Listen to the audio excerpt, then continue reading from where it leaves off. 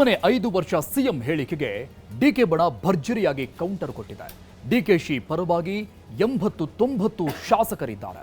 ಕುರ್ಚಿ ಚದುರಂಗದಾಟದಲ್ಲಿ ಸಂಖ್ಯಾಬಲದ ದಾಳ ಉರುಳಿಸಿದ್ಯಾಕೆ ಡಿಕೆ ಬಣ?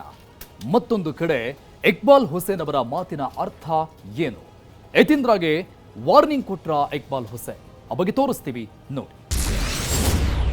ಕಾಂಗ್ರೆಸ್ನಲ್ಲಿ ಕುರ್ಚಿಗಾಗಿ ಮತ್ತೆ ಶುರುವಾಯಿತು ಕಿತ್ತಾಟ. ಸಿದ್ದು 5 ವರ್ಷ ಸಿಎಂ ಎಂದಿದ್ದಕ್ಕೆ ಡಿಕೆಶಿ ಬಣದವರು ಫುಲ್ ಗರಂ. ಅಪ್ಪನ ಪರ ಮಾತಾಡಿ ಕೆಣಕ್ಬೇಡಿ ಎಚ್ಚರಿಕೆ ಕೊಟ್ರ ಇಕ್ಬಾಲ್ ಹುಸೇನ್. ರಾಜ್ಯದಲ್ಲಿ ಕುರ್ಚಿ ಕಿತ್ತಾಟ ತಣ್ಣಗಾಯ್ತು ಅನ್ನುವ ಹೊತ್ತಿಗೆ ಯಾರೋ ಒಬ್ಬರು ಬೆಂಕಿ ಹೊತ್ತಿಸ್ತಾಗಿರ್ತಾರೆ. ಪವರ್ ಶೇರಿಂಗ್ ಅನ್ನೋ ಜೇನುಗೂಡಿಗೆ ಕೈ ಹಾಕೋದ್ ಬೇಡ, ಕಲ್ಲು ಹೊಡೆಯೋದ್ ಬೇಡ ಅಂತ ಹೈಕಮಾಂಡ್ ಜಾಣ ಮೌನ ಪ್ರದರ್ಶನ ಮಾಡ್ತಾಗಿದ್ರೆ ಹೈಕಮಾಂಡ್ ಮೌನಕ್ಕೆ ಭಂಗ ತರೋ ರೀತಿ ಯಾರೋ ಒಬ್ಬರು ಕುರ್ಚಿ ಬಗ್ಗೆ ಮಾತಾಡಿ ಗಲಾಟೆಯನ್ನ ಹೆಚ್ಚಾಗುವಂತೆ ಮಾಡ್ತಾಗಿದ್ದಾರೆ. ಈ ಬಾರಿ ಆ ರೀತಿ ಕುರ್ಚಿ ಕಿತ್ತಾಟಕ್ಕೆ ಕೀ ಕೊಟ್ಟಿದ್ದೆ ಯತೀಂದ್ರ ಸಿದ್ದರಾಮಯ್ಯ ಅವರು ಹೇಳಿದ ಒಂದು ಮಾತು ಈಗ ರಾಜ್ಯದಲ್ಲಿ ಮತ್ತೆ ಪವರ್ ಶೇರಿಂಗ್ ವಿಚಾರ ಸದ್ದು ಮಾಡುವಂತೆ ಮಾಡಿದೆ. ನನ್ನ ಪ್ರಕಾರ ಹೈಕಮಾಂಡ್ ಅವರು ಕ್ಲಿಯರ್ ಆಗಿ ಸಿಗ್ನಲ್ ಕೊಟ್ಟಿದ್ದಾರೆ. ಅವರು ಬಾಯ್ಬಿಟ್ಟು ಹೇಳದೇ ಇರ್ಬೋದು, ಬಟ್ ಅವ್ರಿಗೆ ಕ್ಲಿಯರ್ ಆಗಿ ಸಿಗ್ನಲ್ ಕೊಟ್ಟಿದ್ದಾರೆ. ನಾವು ಇವಾಗ ಸದ್ಯಕ್ಕೆ ಯಾವುದೇ ಲೀಡರ್ಶಿಪ್ ಚೇಂಜ್ ಮಾಡಲ್ಲ ಅಂತ ಹೇಳಿ.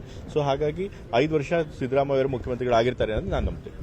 ಏನೇ ಹೇಳಿದ್ರು ಏನೇ ಕೇಳಿದ್ರು ಯತೀಂದ್ರ ಹೇಳೋದೊಂದೇ, ಸಿಎಂ ಬದಲಾಗಲ್ಲ. ಸಿದ್ದರಾಮಯ್ಯ 5 ವರ್ಷ ಪೂರೈಸ್ತಾರೆ.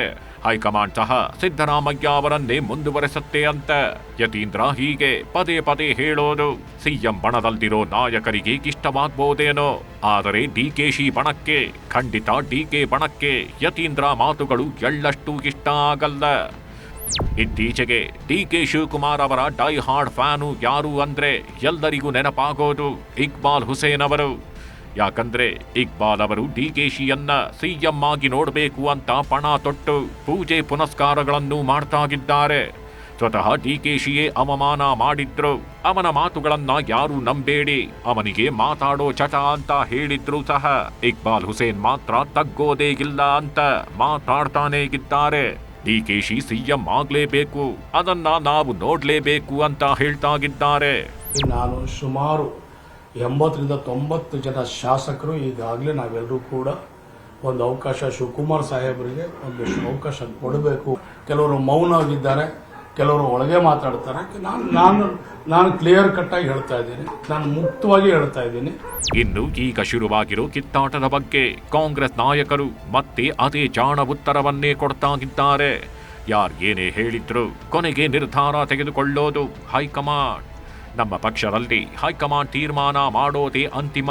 ಅದನ್ನ ಬಿಟ್ಟು ಯಾರ್ಯಾರೋ ಏನೇನೋ ಹೇಳಿದ್ರೆ ಅದೆಲ್ಲ ನಡೆಯಲ್ಲ ಅಂತ ಹೇಳಿದ್ದಾರೆ.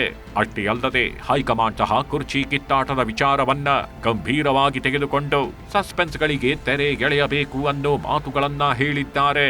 ಹೈಕಮಾಂಡ್ ಎಲ್ಲರೂ ದೊಡ್ಡವರೇ, ಯಾರು ಸಣ್ಣವರು ಅಂತ ಹೇಳಲಿಕ್ಕಾಗೋಲ್ಲ. ಈ ವ್ಯವಸ್ಥೆಯಲ್ಲಿ ಎಲ್ಲರೂ ದೊಡ್ಡವರೇ, ಎಲ್ಲರೂ ಹೈಕಮಾಂಡ್ ಅವ್ರು ಹೇಳಿದಂಗೆ ಅವ್ರವ್ರ ಪಾಡಿಗೆ.